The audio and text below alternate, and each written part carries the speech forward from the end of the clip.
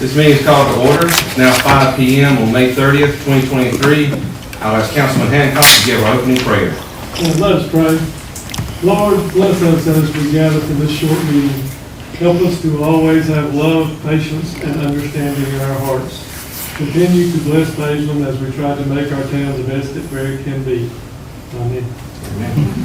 Everybody please stand for pledge of allegiance. I pledge allegiance to the flag of the United States of America and to the republic for which it stands, one nation, under God, indivisible, with liberty and justice for all.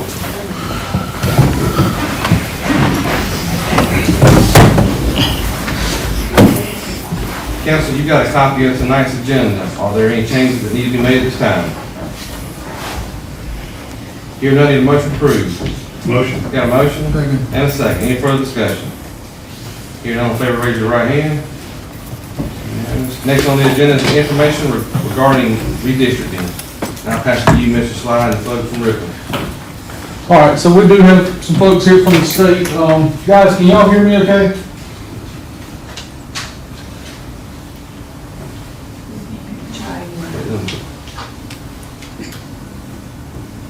Yeah, their mic is Send off. it red.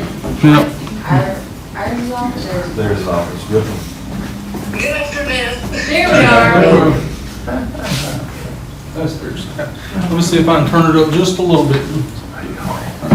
Y'all hear me good? Yes, we can hear you. We was trying to turn the volumes all the way up here, so it's not doing exactly what we want it to, but. All right, go ahead. Okay. Good afternoon, council members. My name is Alan Anderson, and I'm a precinct and demographic mapper for South Carolina Revenue and Fiscal Affairs. Thank you for taking the time to allow us to discuss redistricting.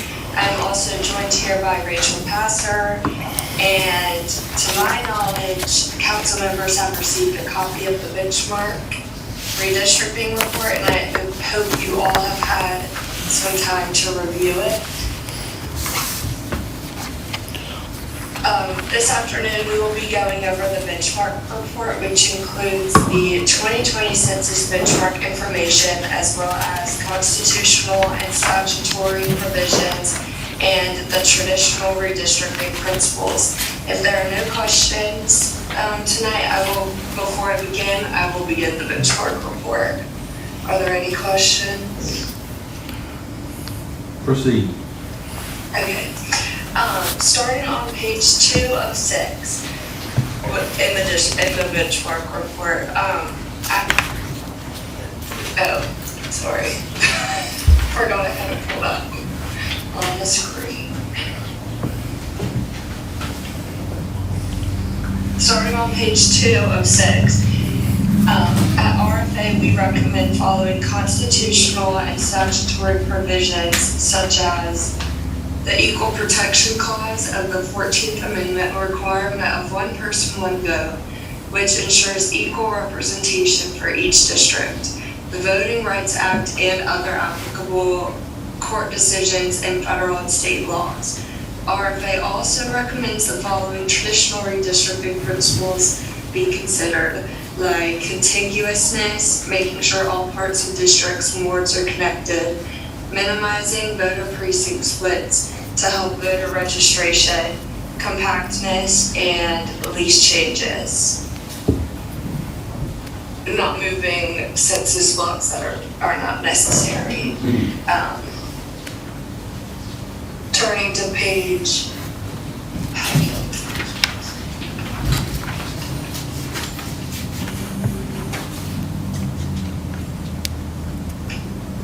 Turning to page 3 of 6, the numbers used in this report are based off the 2020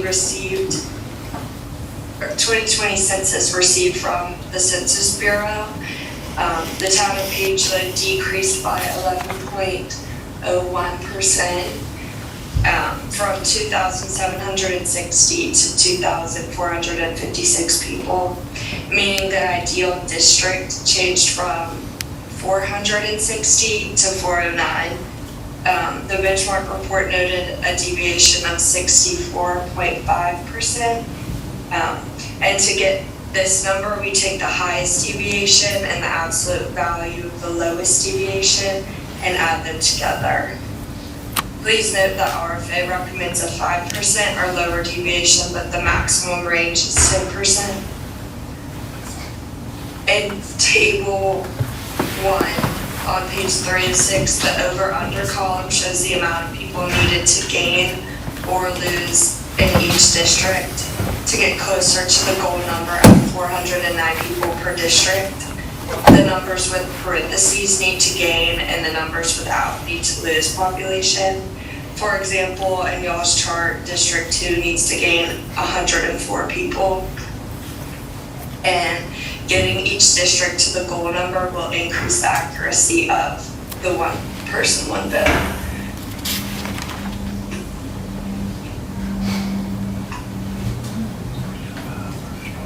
On page 4 of 6 is the town's current council district lines.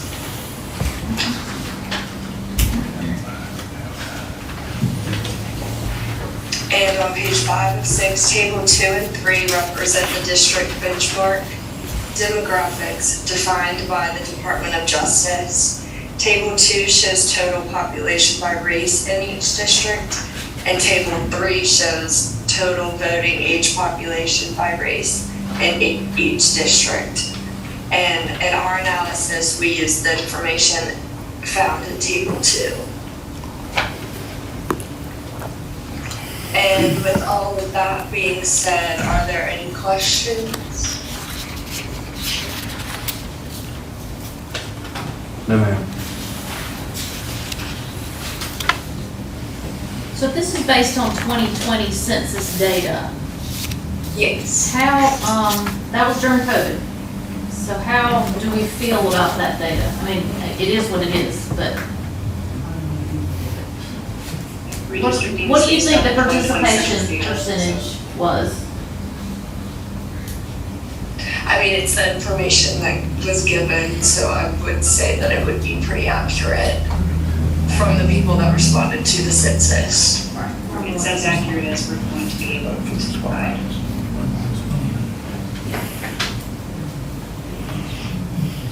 I mean, that's all they got to go with.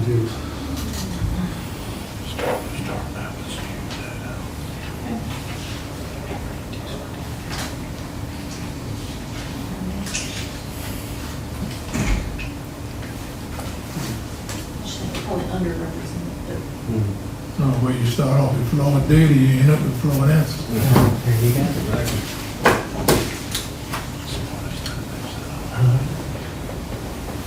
Is Amberley 2 reflected in this? That's what I was gonna ask, is that? You'd have to ask them. I sent them the data that Amberley 2 has been annexed. I don't know the answer to that. Can you tell us if Amberley 2 subdivision is included in the numbers for our redistricting purposes? They're not gonna be familiar with the name of the subdivision itself.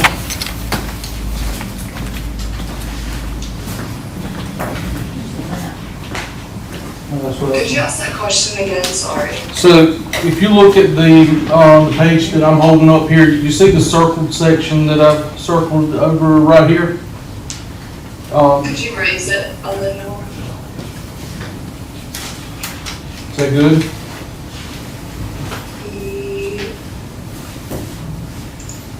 It looks like a little circle of Could roads you raise there. it a little higher? Sorry.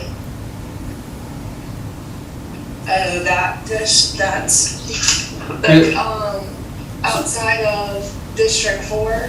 Yes, So right of District 4? yes, so that has been annexed into town, and whenever I originally sent this stuff in, that was one of the things that I noted, that we had annexed that, and there's approximately 85 homes in there, something like that. Something like that. So approximately 80 homes in that area. Okay. So in cases like that, we examine the 2020 census blocks that are available for that area. There wasn't anyone living in that block whenever, during the 2020 census. These people have all moved in there since then. Okay. Okay. Since 2020? Yes. I think they finished out, It wouldn't be but it would be a block that we could add for the future drafts. Okay, For the next process, the next redistricting.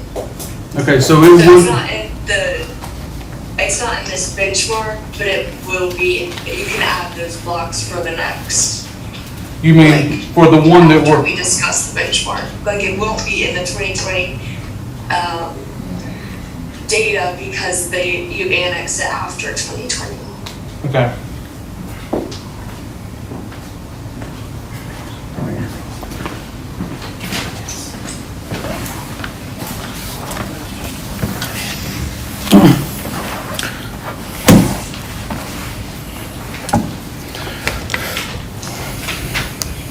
Be the same for Eagle Crest too. Well, Eagle Crest don't currently have any residents, that would, Be the yeah. same later.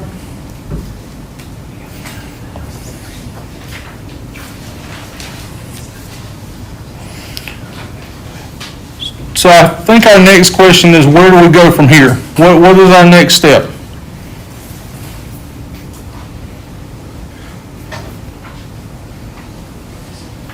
And your microphone's off.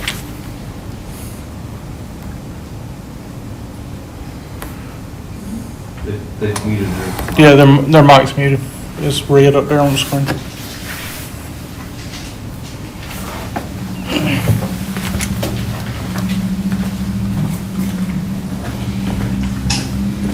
Hey guys, y'all's mic is muted. Is there,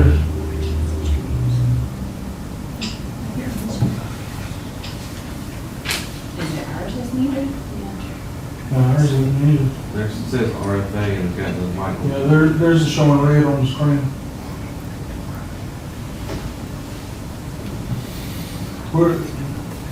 What are our next steps here is forward? Next steps. Yes, We can provide you a draft, which is just a starting point, with no prior, feedback from y'all, just like a draft of what like a starting point for y'all to start your discussions on what you don't like about it. And then tell us the areas that y'all would like to keep in certain areas, as in, areas of interest, communities of interest. And the additional census blocks. When I analyzed the net, like, to start your drafts, adding the census blocks that you mentioned.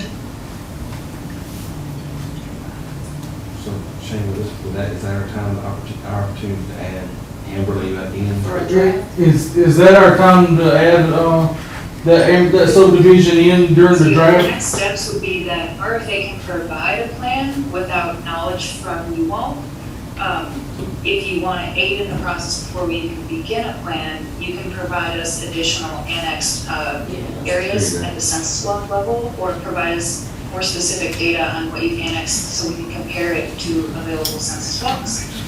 And if you know of any communities of interest that you want us to look out for as we design a plan, we can take that into consideration, or we can proceed by just making a plan. Now, we can begin the process, and then the conversation about communities of interest and annexed property can be developed as you get something to look at.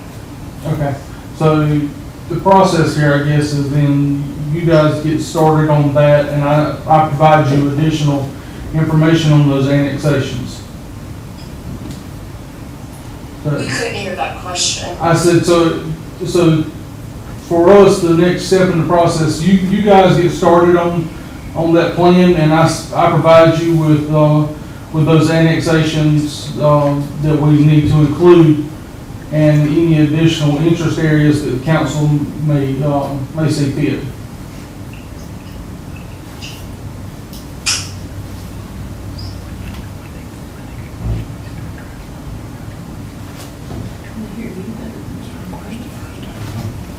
Were you able to hear what I said?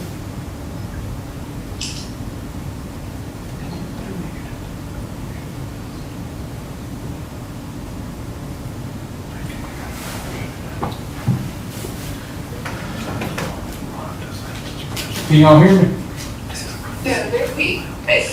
No, we were not able to hear any of that.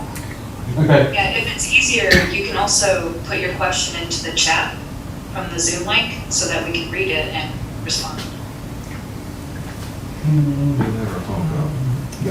you, give me a telephone number, let me just dial in.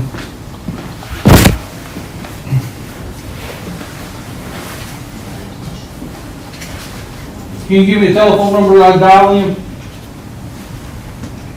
Yes, 803-381-6226. All right, call them now.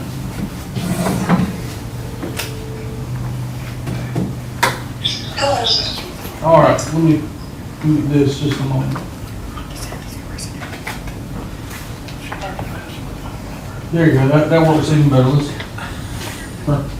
All right, so the question was, so going forward, y'all can start on the plan. I can provide you with additional annexations, and council can come up with any special interest areas if they have any that they may want to keep into their districts. Is that essentially what you're telling us? Yes. Okay. Any question council has, is there any other questions at this time? The way you stated that, you mean they just go and start from scratch to They start whatever? a plan, on our redistricting plan, and I provide them with, stuff that we've annexed over the last 3 years. I wouldn't want to throw it wide open and we don't have input in the beginning. No, she said that it would keep changes to a minimum. Right. When they would take what we got existing Uh-huh. and adjust it. I don't Adjust think it. it'll be a major change. Right. It'll just be adjusted to Okay, maybe well, if they you need 60 people and maybe Mr. Baker needs 40 and it'll just be slight adjustments to get the head count where Yeah, it well, needs if to be. it's following the framework we already have, Right. then that's okay, but I Right. thought you just throwing it open. No, Let them and what they told me during this process was, councilmen will not be redistricted out of their own districts either. Just to clarify that for everybody, councilmen will not be redistricted out of their own districts.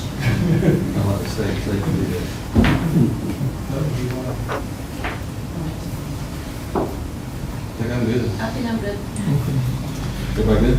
Guys, it looks like council's good with everything. I'll be in touch probably tomorrow or the day after with further information and we go forward from there. Okay, sounds great. All right, thank you. Thank you. Appreciate your time. Have a good night. You too. Bye.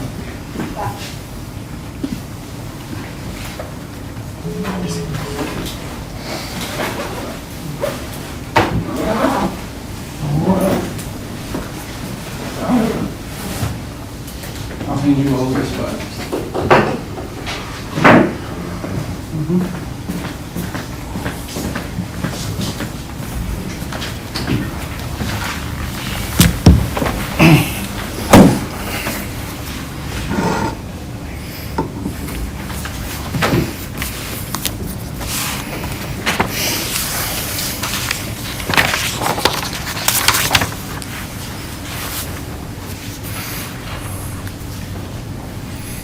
All right. Next on the agenda is the fire truck repair, and I'll defer to you, Mr. Slide, for information. I'm going to defer to Chief Rivers here in some of this. There's been some repairs that were needed to some trucks in the amount of $15,451.64. Chief Rivers, can you elaborate on some of that? Yes, sir. For us? Mayor, council, thank you for the opportunity. What Mr. Slide's referring to is basically a stack of invoices for fire apparatus repairs accumulated over a period of about 6 to 9 weeks. We essentially had a series of multiple different issues with our trucks. Obviously, they needed repairing. We had them repaired, got the bills in. That amount is, it's a lot of money, but more importantly, it exceeds, not only does it overburden our budget, what we budget for, but it also exceeds the amount the administrator is technically allowed to approve without council giving the nod on it. You know, we're capped at certain amounts that the administrator can approve. So of course, he wanted to get it on the agenda, get it in front of you, and make sure you had y'all's blessings on getting the bill paid, and there not being any questions about exceeding the cap that's the department heads and administrator are bound to by council. So be happy to answer any questions you guys have. There were some significant breakdowns on some major components on essentially 3 of the 4 trucks, or 3 of the 5 trucks. So we would wish it would be a lower expense, and all that's the good news. The bad news is we got another part on the well, actually the part came in today for one of the other trucks. That's going to be a little bit pricey too. Not $15,000, but it's going to be pricey to get it fixed. So we're hoping for the best on that. And of course, we strive to do as much of the repairs that are minor things in-house. But as y'all know, things are getting a little more and more complicated to work on. So what we fix is limited to minor, small items, but everything now is computer, electronic control modules and things like that. And a good bit of what we're up against here is an aging fleet of apparatus that have electronic components that largely drive a lot of the cost of repair. So things that are 14, 17, 24, 25 years old, you can expect some things just to go kaput on them. And I think we've covered in the past as well, we have equipment that's still in service on our apparatus that's 1940s model, and there's not a thing wrong with it. But there's not much can go wrong with it. And then other things that are 3 years old, it's just the nature of the type of a specific piece or part or accessory or engine component or pump component, etc., that we're considering there. So a few more repairs are known. The unknowns are always unknown. And right now we're still sitting on a bill there of about $15,451 that's outstanding for things that we couldn't avoid otherwise. So What was budgeted for the year, Shane? I think they had about 15,000. That's gonna wipe the budget out, isn't it? our first quarter pretty much wiped out our apparatus repair budget, so we'll be going in the negative on that. How much in the negative will this put us, Tom? I mean, we can fix it. I'm sorry, Shane. How much in the negative will it be, Tom? I don't have the budget line item in front of me, but I was thinking, it's in the 12 to 15,000 range is what's budgeted. Of course, you know, we always ask for more, but it's also difficult to predict, are we gonna have any major breakdowns? You never really know. You hope you don't, but those things come around, and of course, all of you are aware of what things cost these days. It's, the part we were waiting on for engine 1 was ordered 6 weeks ago this Thursday, and it came in today.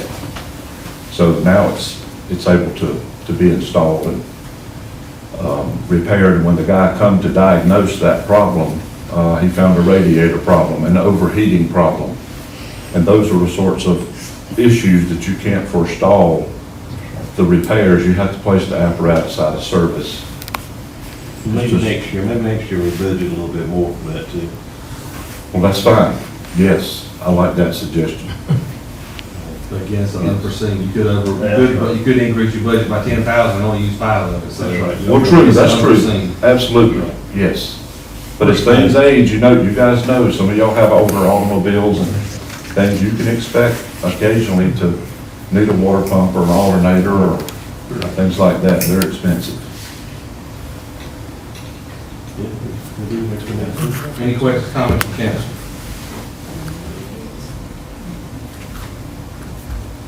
And the amount we're looking to approve for tonight is that $15,451.64, correct? Yes, sir. Anything you need from us, Shane?